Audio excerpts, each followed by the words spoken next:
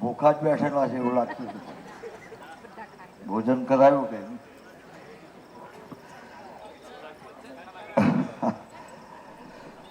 જય આદિવાસી. પાછળ વાળા બોલતા જ નથી. જય આદિવાસી. જય આદિવાસી. બિરસા મુંડા ભગવાન કી જય.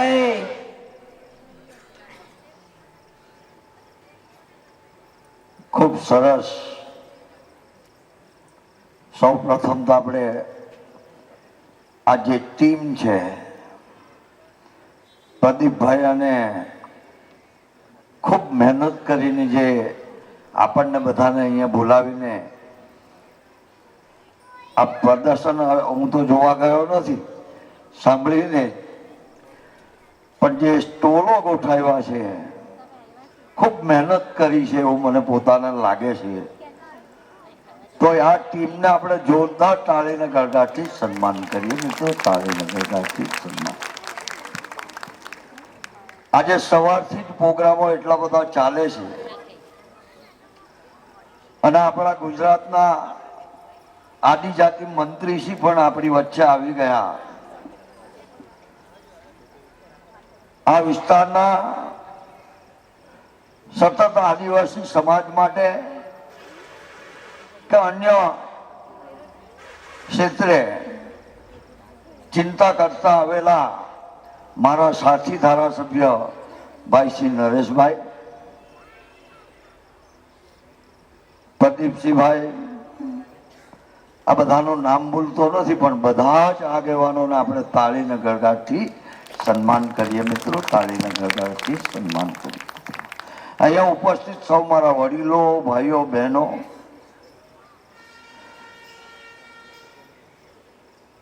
વડીલોમાં તો જોઈએ તો આપણે અત્યારે ચૌધરી સમાજમાંથી જે ખૂબ સારું આપણને આદિવાસી સમાજ જે રીતે પૂજન વિધિ કરે, પ્રકૃતિની પૂજન કેવી રીતે કરે એનો આપણને બધાને દર્શન પણ કરાવ્યા.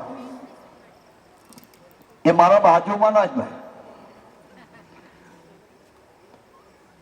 અલગટ ગામના, એમ તો મારા સ્વર્ગસ્થ પિતાશ્રી સાથેના એમનો નાતો જોડાયેલો અને ખૂબ સારું એ લોકોનું કામ, આદિવાસી સમાજનું કંઈ પણ હોય તો એવો ત્યાં પહોંચી જાય એવા એ વડીલોને આપણે તાળીને ગળગાટથી સન્માન કરીએ. મેં તો તાળી. મને પ્રદીપભાઈ એમ કહેતા હતા કે મોહનભાઈ તું વહાં આખી કે તું ઉલે સુધી આમનો કહા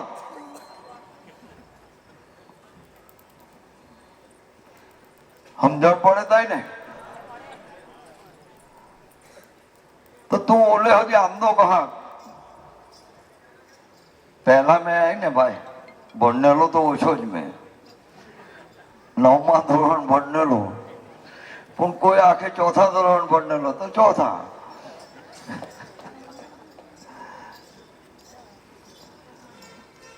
પણ પરિશ્રમ કરતો બરાબર ભાઈ. મારા પિતાશ્રી પણ સ્વર્ગસ્થ ધનજીભાઈ ઢોળિયા, જો મેણી અટકપુર મેં ઢોળિયા લખવાડી, બધા એ પટેલ લખવાડે, કોઈ કાંઈ લખવાડે, પણ માણી અટકપુર ઢોળિયા. મારો સ્વર્ગસ્થ મારો બા ઢોળિયા અટક લખવાડે હતો. એટલે ઢોળિયા અટકથી જ મેં શરૂઆત કરેલી અને ખૂબ પરિશ્રમ. એટલે મારા બાપે મને ઘરમાંથી કાઢી મૂકેલો ભાઈ પ્રદીપભાઈ, ઘરમાંથી કાઢી મૂકેલો કે હવે તું તારું ખોડ, બાપ દાદાની મિલકત બહુ, આ વાંસદા સ્ટેટનું રાજ ચાલે અને વાંસદા સ્ટેટના રાજાએ 300 વીઘા જમીન મારા પરિવારને આપેલી. 300 વીઘા જમીન કુટુંબ પરિવાર. એટલે પહેલેથી હાઈફાઈ જીવન જીવવા વાળા તો ખરા જ અમે, રાજાના રજવાડાથી. તો પણ મહેનત કરવા માટે બાપે એમ કહ્યું કે તું હવે ઘરવાળી નીકળી જાય. મારા બાપની મેં એક ટસુ જમીન આ 300 વીઘા પરિવારની જમીનમાં ટસુ જમીન મેં લીધી નથી અને પોતે મહેનત કરીને આજે એમ તો 5મી વાર ભારતીય જનતા પાર્ટીએ ટિકિટ મને ધારાસભ્ય તરીકે આપી, 4 વખત આ 4થી વખત હું ધારાસભ્ય છું। એક વખત હું 1000 મતે હારી ગયો, એવો લડાઈમાં જ ગુઆ, પણ 5 વખત ધારાસભ્ય બન્યો, 3 વખત જિલ્લા પંચાયતનો સભ્ય પણ બન્યો છું અને સમાજની એટલી બધી સેવા કરવાની મને તક મળી છે ને કે નાનામાં નાના ઘરે જઈને 12મું મરણ હોય, લગ્ન હોય તો એના ઘરે જવામાંથી હું પાછો પડતો નથી અને સવારથી સાંજ સુધી રાતના 12 વાગે કોઈનો ફોન આવે તો પાછો એ 12 વાગે પછી ગમે તેનો ફોન આવે, કોનો આવે એ પૂછતો નથી હું, પણ એનો આવ્યો એટલે પાછો રિપ્લાય કરવો અને એનું કામ કરવું એ મારી પહેલી ચોઈસ। કે આપણે જે સ્તર પર બેઠા છે, જેના પર હું બેઠો છું, એમાં મારા સમાજ હોય કે કોઈ પણ હોય, એ મને કામ ચીંધે એનું કામ કરવું અને છેવાડાનો માનવીનો ઉદ્ધાર થઈ જાય એવું કામ કરવું એ મારું લક્ષ્ય છે। અને હું આ પ્રદીપભાઈને જે એટલા માટે અભિનંદન આપું છું કે અહીંયા 200 જેટલા સ્ટોલ ઉદ્યોગ માટે, કે આપણો આદિવાસી સમાજનો દીકરો દીકરી ભણીને એ પોતે પગભેર બને એની ચેતના લાવવા માટેનું ભગીરથ કાર્ય કર્યું છે, એમને ધન્યવાદ આપણે આપીએ। હજુ પણ હું તો એમ કહું છું, હમણાં જ નરેશભાઈ મને કહેતા તું 51,000 રૂપિયા દેતા, મેં કહ્યું 51 ની 51 લાખ પણ આપી શકીએ આપણે, પણ મેં અહીંયા કહેતા કે ભાઈ તમે સમાજના કામ કરા પણ રાજકારણમાં કોઈ ના આવો ના,